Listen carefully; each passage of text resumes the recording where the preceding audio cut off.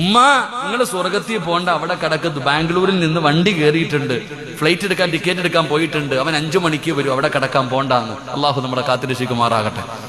ഉറക്കപ്പറ അള്ളാഹു കാത്തിരക്ഷിക്കുമാറാകട്ടെ. വാപ്പ എന്താ പറയണേ? ഒരു മയ്യത്തിനോട് കാണിക്കുന്ന ഏറ്റവും വലിയ ദ്രോഹം അതാടോ.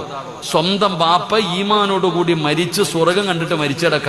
വാപ്പ പറയുന്ന എന്നെ സ്വർഗത്തിൽ വിടടാ, അവിടെ കിടക്ക് വാപ്പ, ഗൾഫിൽ നിന്ന് ടിക്കറ്റ് എടുക്കാൻ പോയിട്ടുണ്ട്, ഇനി അവൻ വരണം, അവൻ 5 മണിക്ക് വരും, നമുക്ക് 7 മണിക്ക് കൊണ്ടടക്കാം. ഇങ്ങനെ വെച്ച് മയ്യത്തിങ് വെച്ചിട്ടിങ്ങനെ ഇരിക്കുക. എന്റെ പ്രിയപ്പെട്ട സഹോദര, ആരെങ്കിലും മരിച്ചു കഴിഞ്ഞാൽ കാണിക്കേണ്ടവരെ കാണിക്കണം, എന്നിട്ട് പെട്ടെന്ന് കൊണ്ടുപോയി കബറടക്കണം.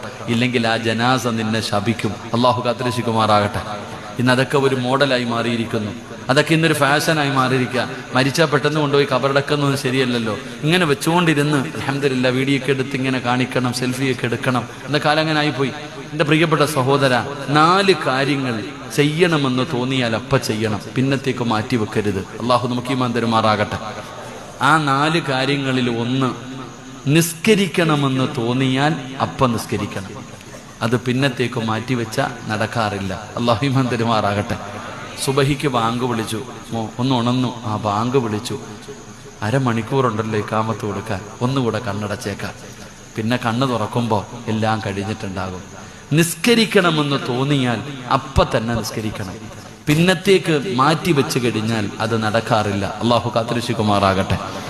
2 വീട്ടിൽ ആരെങ്കിലും മരിച്ചു, കാണിക്കേണ്ടവരെ കാണിക്കണം, പെട്ടെന്ന് കൊണ്ടുപോയി കബറടക്കണം. ഇല്ലെങ്കിൽ നാട്ടുകാർ പറയും എവിടെങ്കിലും കൊണ്ട് കുഴിച്ചിടാൻ. അള്ളാഹു കാത്തിരക്ഷിക്കുമാറാകട്ടെ.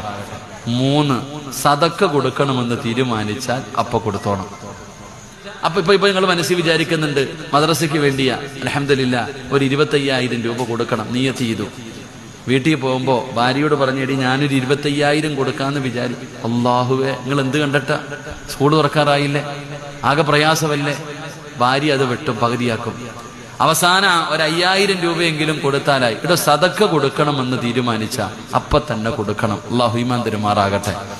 4ാമത്തെ കാര്യം, ആണുങ്ങളും പെണ്ണുങ്ങളും കേൾക്ക്, പ്രത്യേകിച്ച് മാതാപിതാക്കൾ കേൾക്കണം. 4ാമത്തെ കാര്യം എന്താ? ഉറങ്ങുന്ന ഉമ്മമാരൊക്കെ ഒന്ന് എഴുന്നേറ്റേ, ഉറങ്ങണ മാതാപിതാക്കളൊന്ന് എഴുന്നേറ്റേ. എഴുന്നേക്കണല്ലോ, ഒന്ന് ഉണർന്നോ, ഈ പറയണ കാര്യം ഒന്ന് കേൾക്കാനാ.